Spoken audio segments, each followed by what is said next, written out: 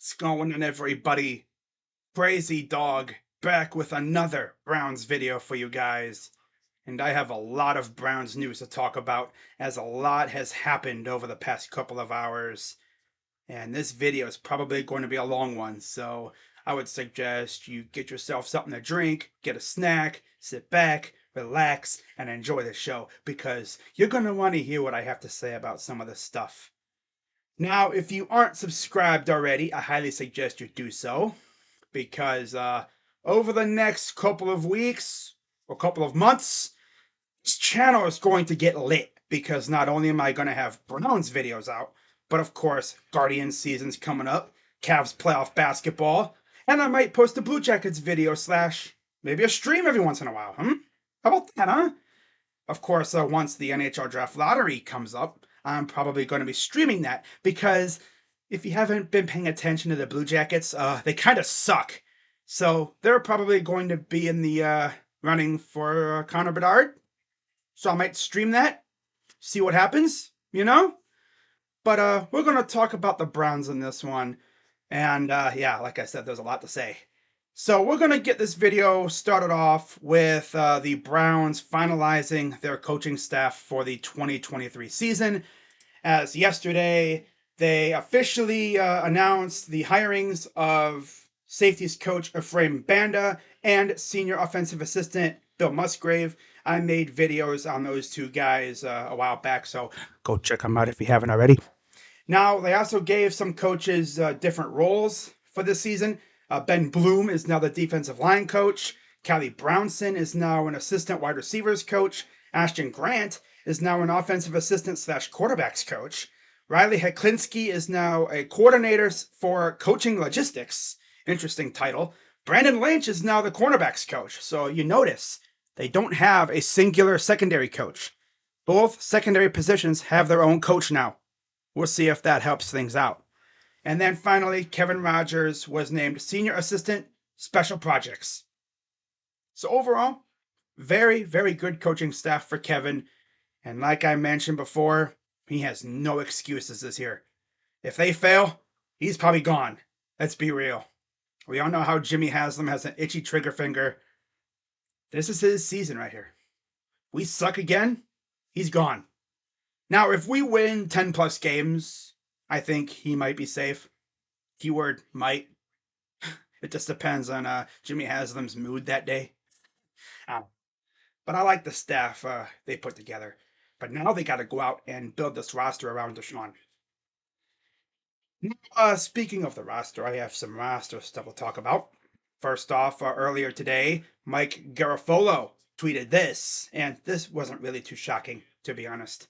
If you've been following along, Mike had to say this, and I quote, "The Browns will release safety John Johnson III at the start of the league year on March 15th, barring a trade," sources say. Johnson was entering the final year of a 3-year contract he signed as a free agent in 2021. Still young at 27, he'll have interest once free. I mean, if you've watched him last year, yeah, it was up and down with him. Like, he'd make some good plays, and then he would make some very bad ones. He was very notorious for sandbagging at times and just straight up not tackling anybody. I can't tell you how many times I've seen an opponent get a big run on a run play where he was right there. He could have made a tackle, but instead he just, sandbagged and let the running back or let the ball carrier go right past him. Made no effort at times. And it'll be interesting to see what we do as a replacement. Now, Mary Kay Cabot followed that up with this, as she tweeted, and I quote, "Browns to release John Johnson III by March 15th, barring trade," as I just mentioned. But how about this part? Hashtag Bengals safety Jessie Bates III is on the Browns' radar to replace him, source says.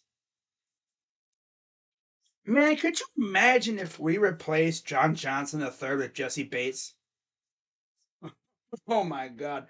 Now, of course, that's if he becomes a free agent, because knowing the Bungles, they're going to franchise tag him or extend him. That'd be the smart thing to do. No, the Bengals, the smartest organization in football? No. That would be the most bungled thing to do. Let Jessie Bates go. And by the way, in case you're wondering, I believe Jessie Bates and Deshaun Watson share the same agent. So you know Deshaun Watson going to be in his ear saying, hey, yo, Jesse, come here. Come here. Come to the good side of Ohio. You know, the side of Ohio that has actually won something. Oh, but crazy dog, the Browns championships are from the 60s. Oh, I'm sorry, where's the Bengals championship banners at? Oh, wait, they don't got any. You don't even have like Roman Empire era championships to look at. Yeah, they got a couple division and conference titles. So, you ain't won nothing. I mean, yeah, you won the division and the conference a couple times. Congratulations. Where's the banners that actually matter? Oh, wait, you don't got any. Now, of course, I'm going to have salty Bungles fans in the chat talking about, you ain't won shit. Well, technically, you haven't either. Well, that's funny. I freaking hate the Bungles. It'd be funny as heck to take one of their best players. You know? Now, speaking of Deshaun Watson, of course, today is the combine. Not officially, but like coaches are talking and stuff, and GMs. Andrew Berry talked today, and this is probably the biggest thing he had to say. From Mary Kay Cabot, and I quote, Browns, Andrew Berry says restructuring Deshaun Watson's contract is on the table. Now, of course, Andrew Berry, very good with the cap. He learned well under Howie Roseman when he was in Philadelphia for that one season. So he's learned those tricks on how to manipulate the cap. Because, of course, according to some people, the cap is a myth. And I feel like the Browns and Deshaun Watson knew this was probably going to happen when they made the extension.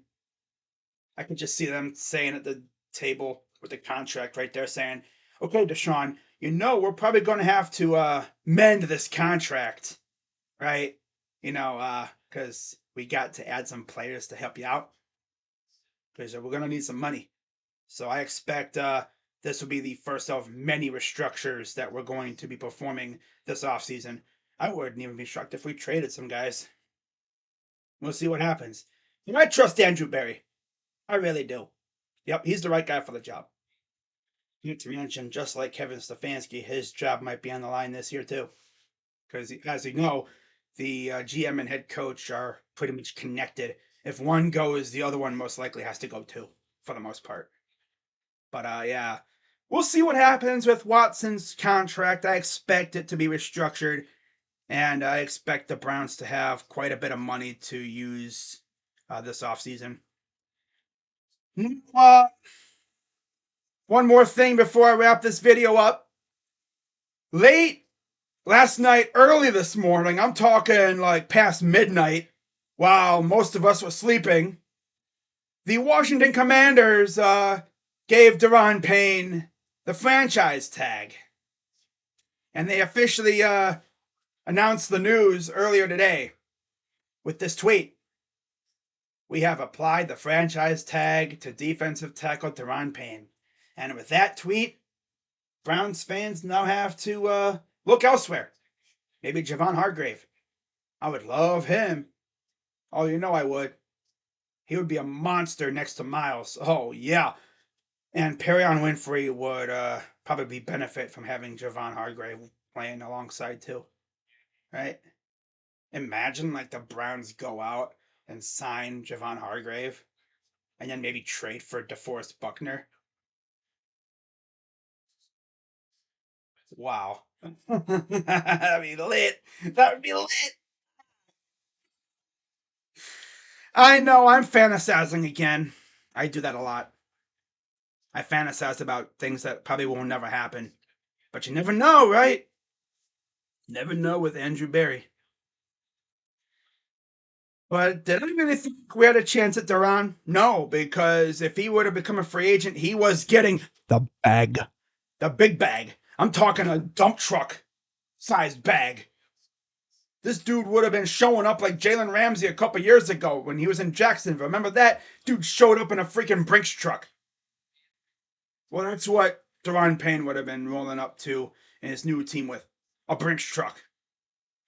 Not even a Brinks truck. It'd be like an army line of those. Freaking convoy. He was looking for the super bag. And I don't think we would have given him that. We would have given him a good sized bag, but not a convoy line of freaking Brinks trucks sized. God. But yeah, we'll see what Andrew Berry and company have cooking for us in free agency and, you know, in terms of restructures and stuff. I expect a lot of moves and stuff to be made before free agency starts. Of course, we have some holes to fill. Defensive line, maybe a receiver, maybe offensive line, some other stuff. Secondary, maybe too. Now that John Johnson's gone and Ronnie Harrison's most likely not coming back because he was signed to a 1-year deal. So really, all we have right now is Grant Delpit. Man, could you imagine Grant Delpit and Jessie Bates? They like go again with the fantasizing. Seriously, imagine Grant Delpit and Jessie Bates patrolling our defensive backfield. My God, with Denzel Ward and Greg Newsome at cornerback. Oh my God, and even Emerson too. What about Jalen Ramsey? No, that's too much. No,